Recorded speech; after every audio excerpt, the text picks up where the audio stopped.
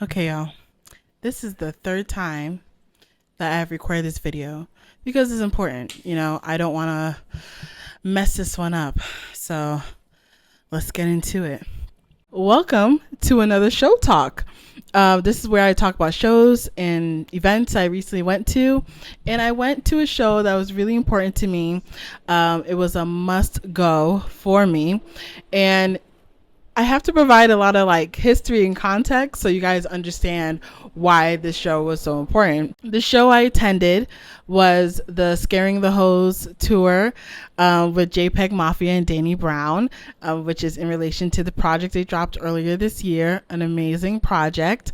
I have a special connection with one of the artists, and so I want to provide that content. And I'm sure a lot of you all who are watching are like, give me the information. How did this happen? What is this? Because, Peggy done dropped some photos and then y'all just blew me up. I'll give you some history so it all makes sense. And then we'll talk about the show. And then I'll just give some final thoughts and thank yous. Stop scaring the hoes. Play that shit out because they toes. You don't want to hear that shit no more. But the face that gets your heart's cold. So back in 2011, I had a blog called thegirltheycallS.com. It is still very active till this day. I pay my little $10 every year to keep it up. And basically my blog is where I featured up and coming indie artists. And a lot of times these artists were fairly new in their own musical journeys and careers. So it was really great just to discover these artists and to give them some credit for what they were doing and to kind of champion them and to let other people find out about their music. So I really loved blogging back then. I tripped upon two songs by an artist named Devon Hendrix, and it was Game of the Century and Sabbath School, I think. I posted them and I was like, hey, y'all, check this out. It's kind of weird. It's different, but I like it. Devon himself reached out to me and was like, hey, you featured two of my songs. I have a project coming out called Joe Chill World, and I would love for you to review it. I'm like, of course. Like, what the fuck? Of course. That's what I do. That is what I do. I listened to the project and I wrote quite the review. There were some predictions I did in that review that it's just so funny to go back and read all the way from 2011. I'm like, oh wow, look how it's 12 years later, how it's relevant. I really did like the project. It was very different from whatever I was already hip to. I find the weird shit. So I was like, this is reshaping how I think of music and the possibilities of music for me. And Devon Hendrix was a fairly new artist. No one really heard about him or knew about him, but I absolutely loved what I was hearing. I mentioned Danny Brown in the review. And I want to say, I'm not going to say what I said, but I owe Danny an apology because he proved me absolutely wrong when it comes to Peggy's production. Sorry, bro. I didn't know. I had no idea. This is back in 2011. Growth. Essentially, from that review on, he would send me music. I would post them and review them. I think the Rockwood Escape Plan, I believe I did a review on that as well. And so because he was active, he was a working artist, really putting his stuff out there. With Devon too, he didn't have a lot of information out there about him. I didn't know where he was from. I didn't know how old he was. I didn't really know anything. Even when it came to photos, they were always blurry or obscure in some kind of way. So I'm just who is this guy? This is just so, what the fuck's going on here? So I asked him for an interview, and I had an interview series called We Are Dope, where I was just interviewing different creatives and people that I was interested in and really liked and appreciated. We did an interview. It's probably one of the most interesting conversations I've had with an artist ever. And I've talked to a lot of artists in my time. I always just cherished that particular interview because I just thought it was so funny. And it was just so interesting to get some insight on not only, he still didn't tell me where he was from or how old he was or anything. But I got to get more insight on who he was as an artist and him explaining his style and where he's at currently back then in his musical journey. So that was really just cool to just chop it up with him and, see what he's about. just through like mutual connection and appreciation for each other's work, we created a bond. I feel like it's pretty solid. The fact that it still exists till this day. He just always appreciate me, you know, supporting him and writing about his music. And I just really appreciated him sending it to me because it was just so different. If I'm always looking for something new and different because I get bored very easily. I'm not someone who typically listens to like a lot of mainstream artists, but I feel like with Devon, it was just like he didn't give a fuck, and his music was just so jarring, but like in a very exciting and interesting way. But I just really enjoyed his music, and I would have his shit on repeat. I definitely had a Rockwood Escape Plan. I'm so glad it's on Spotify. It was just so fucking weird and dope at the same time. I loved it. We stay connected via social media, and every now and then, you know, hit each other up or like a post or something. Eventually I stopped blogging because I had to do IRL things. I had to live real life, you know, graduate college, get a real job. He kept working, which is great. And you can tell an artist is not getting maybe the amount of support that they deserve and they should be getting. You know, some artists do give up and they pivot to other things, but with him, he just kept going. I think I'm so happy about that because he then evolved into JPEGMAFIA. It's not like I got like a notification on my phone that was like Devon Hendrix is now JPEGMAFIA. I knew kind of before things really started bubbling up, but I still didn't know the gravity of his success at that time. I don't think it really hit me until I was like randomly on YouTube, and I love Colors. That platform is amazing, especially when it comes to putting you on to new artists. So I'm just randomly on YouTube and I see Peggy there in the purple background talk about, you know, JPEGMAFIA Thug Tears, a Colors performance. I'm like, this nigga got on Colors? And I played that shit like over and over and over again because first I had to get over the shock. Secondly, I had to get over the excitement. And then thirdly, I just had to appreciate the actual performance. And he did a great job. Seeing him on Colors, because I am so obsessed with Colors, that connection to me, it was like, okay, he's really done it. Like, he's really out there. People know about him. People are appreciating his work and his uniqueness, and it made my heart so full. And after that, I just started seeing, you know, clips of his performances, and I was just like, wow, he's actually a really dynamic performer. Like, he's not just like, you know, those rappers who just jump up and down like they're on like, what's it called, like a pogo stick. Like some rappers especially, they have like no stage presence. He just be jumping around and like trying to act all aggressive, but like Peggy has energy. And so seeing that, I'm like, oh my God, not only is he like crazy dope when it comes to his music, he's actually quite an engaging performer. Okay, now I have to try to figure out how I can see him live. I remember he did a show in Atlanta while I was still living there. Completely missed it. Couldn't make it out. Fast forward to 2022, he hits me up and he's like, hey, I just appreciate everything you've done for me, and just like, you know, being there when it all started and stuff. I'm like, of course. Like, thank you for sharing your music with me, and let me know next time you're performing in NYC because I want to see you live. Funny enough, he was performing at Governor's Ball that year, so he invited me out. Here's the thing. Governor's Ball was a hot mess. This is how I experienced his set. I was standing in line in the hot ass sun in the guest pass line for 2 hours. But like when I first got in the line, he just started performing. I didn't realize I was going to be late or anything. I thought I'm an early person, so I thought I was going to be there just in time to see his set. Nope, I was waiting in line and I could hear him performing. It sounded great. It sounded amazing. But could I see it? No. Could I experience it? No. I didn't get to see Peggy perform, and I was actually really sad because I was like, this might be the only time like in a while that he might be in New York, he might be performing. Like, why did this happen? But then, you know, we fast forward to 2023. He drops this album with Danny Brown. Let me talk about Danny Brown for a minute. Danny Brown is solidified in this rap game. I've listened to him for a while. It was another trippy moment for me to see that him and Danny, like JPEG and Danny, did a project together, because I'm just like, wow, like everything was just connecting. ow, in such beautiful ways. They dropped Scaring the Hoes. When I first listened to that project, I was like, this feels like a spiritual awakening. What the fuck? The energy is insane. Lyricism is really from Danny too, is crazy. I just loved how everything was just composed. You know what I mean? Like, Peggy's a real composer, but y'all not gonna give him that credit, which is whack. I just absolutely loved the project. I was like, wow, it would be great if they went on tour. And sure enough, they went on tour. As soon as I saw that New York date, I was like, I need to go buy my ticket. I bought a ticket. Like my people would say, by fire, by force, I was going to see Peggy live.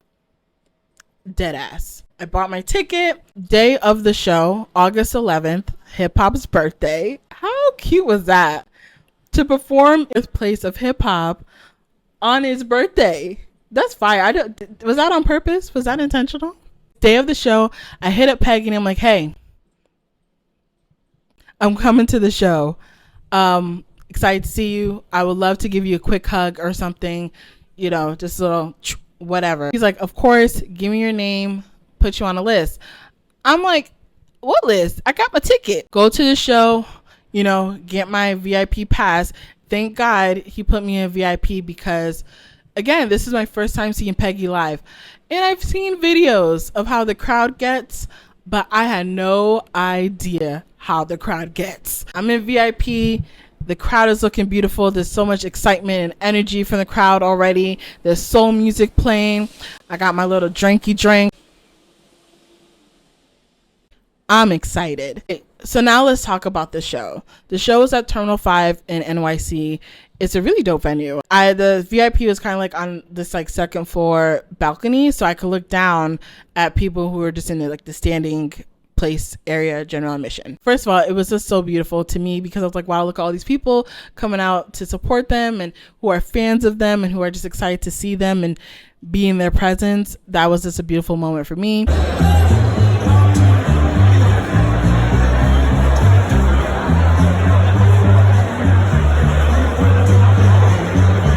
And it was a good crowd. I mean, I feel like the place is packed. Like, it was, y'all came out. There was an opener named DJ Dave. I had no clue who DJ Dave was before all this. And then, so I'm expecting like some guy to come out and do a little DJ set, you know, just something cool, something chill. No, DJ Dave is a girl who makes music with code. And she had that place shaking. I mean, I have some video and you'll see it like vibrating.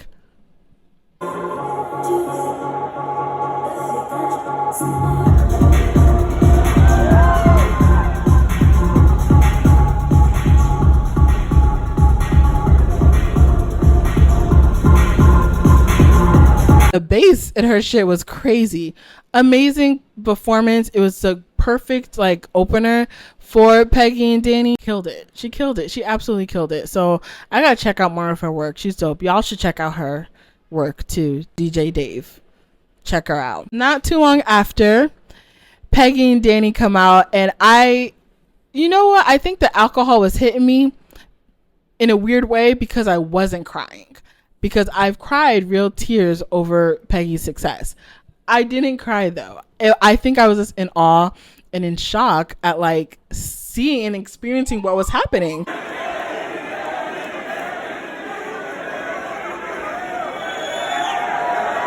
New York City. My name is JPEGMAFIA. Hi, my name is Daniel.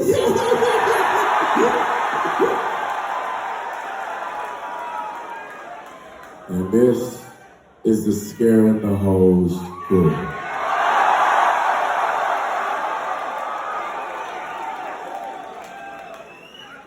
We're gonna get right at. They came out, they started off with lean beef patty, killed it. And again, the crowd, y'all were like your own performance because this is how the crowd was moving, especially from my point of view. It just looked like art.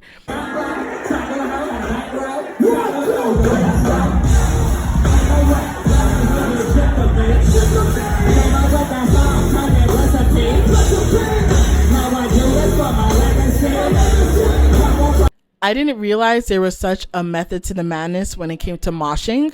Like the technique behind it, I had no idea. I honestly felt like I was like some sociologist observing, you know, people who go to JPEG Mafia shows, because I was just like, why are y'all doing that? I knew shit was serious when I saw a guy with like workout gloves and a scarf, and then y'all were doing cartwheels. Like, do you do the cartwheels to like clear the space, so to make sure people actually make, you know, space in the middle of the circle? You see, if y'all could explain moshing to me, that'd be great. If there's a documentary explaining moshing or like a YouTube video, put me on, because I was so intrigued by the moshing. And there were like multiple mosh pits too. It wasn't just like one big one. There was like 3 at a time. I think also one of my favorite moments of the show was y'all moshing to God Loves You. That was hilarious. I never thought I would see people moshing to gospel music. That was beautiful. The set list was really dope because it was like, they did some songs from Scaring the Hoes. Peggy did a solo set. They did more songs from Scaring the Hoes. Danny did his solo set. And then they finished off with some songs from Scaring the Hoes. I'm not going to tell you what songs, because you need to go to the show. It was just great seeing them perform live, seeing the energy that they bring, seeing that the energy that you all bring to them as they perform. It was just really surreal, honestly. I think that's like the main word I keep using. It's surreal, surreal, surreal.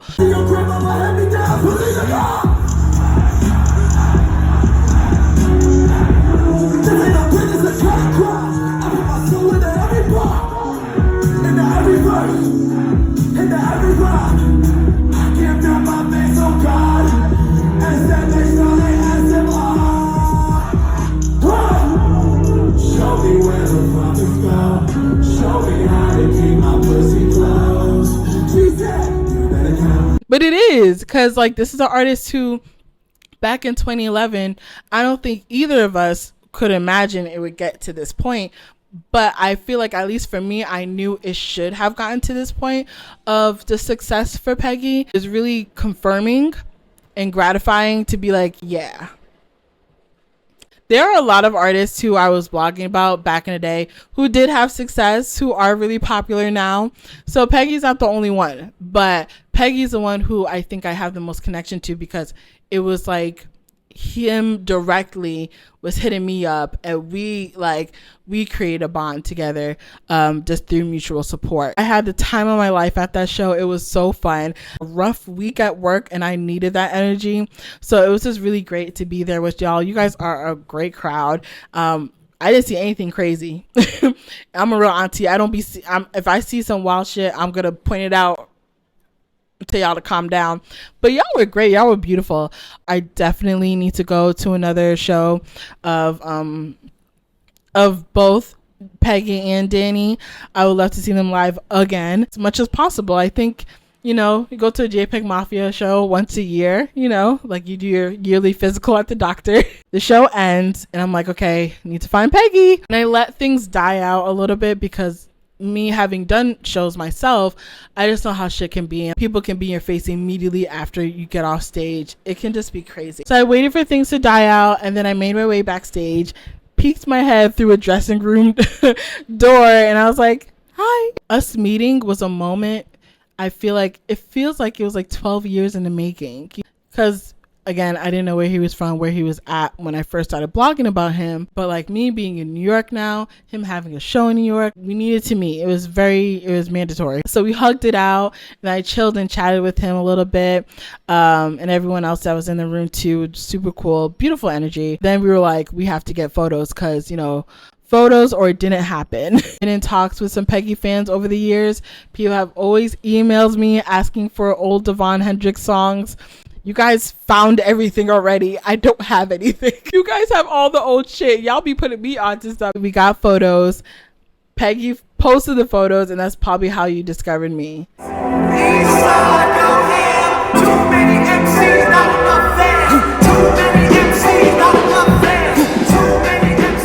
at you discovering S. Ain't that some shit? Going into thoughts. Wow, wow, wow. Sorry. Again, and I sound like a broken record. It is just so surreal to see the success of JPEG Mafia. I'm so happy for him. I'm so proud of him. I was concerned for a while because I'm like, am I the only one who knows about this guy? When you have an artist that you discover and they're just kind of just getting started, you're like, if they don't get like the support that they need, they might just stop. Like they might not continue to make music. And I think if Peggy were to stop, a lot of people would have missed out on his genius. And I think he is so necessary, not only to hip hop, but I think to music overall. And I am excited for more people to discover him and to engage with his work and to engage with him. He's so necessary because he's so one of a kind.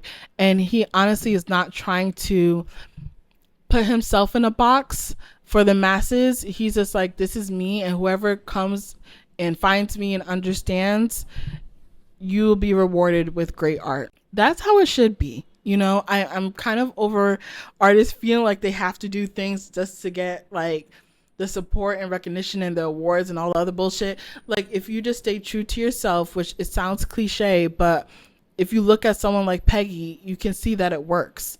Like it actually works. He has also managed to identify and to maintain the essence of his style, especially when it comes to his production. In the interview I did with him some years back, he was just like, he would send beats to people and they would be like, I don't know how to rap on this.